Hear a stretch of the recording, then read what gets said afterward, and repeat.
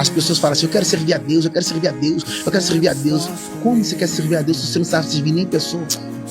Servir a Deus não é microfone, servir a Deus não é púlpito, servir a Deus não é status, servir a Deus não é Instagram, servir a Deus é servir pessoas. E Jesus falou assim, ó, se vocês fizerem qualquer uma dessas coisas, não vocês pequeninos.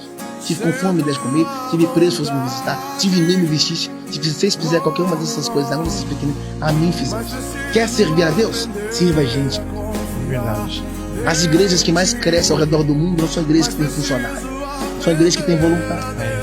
Funcionário trabalha por causa de um salário, o voluntário trabalha por causa de um galador. Você já viu o voluntário dar atestado médico? Não, é quem dá atestado é funcionário. O voluntário vai por amor. Ele tá sentindo dor, ele tá mancando. Você tá indo pra onde, varão? Hoje eu vou lá servir. Mas rapaz, você não tá sentindo dor? O meu propósito é maior do que a minha dor. É verdade. Nossa, é verdade. Eu vou lá servir por amor. É verdade. Por amor. Servir por amor. Meu Deus. É verdade.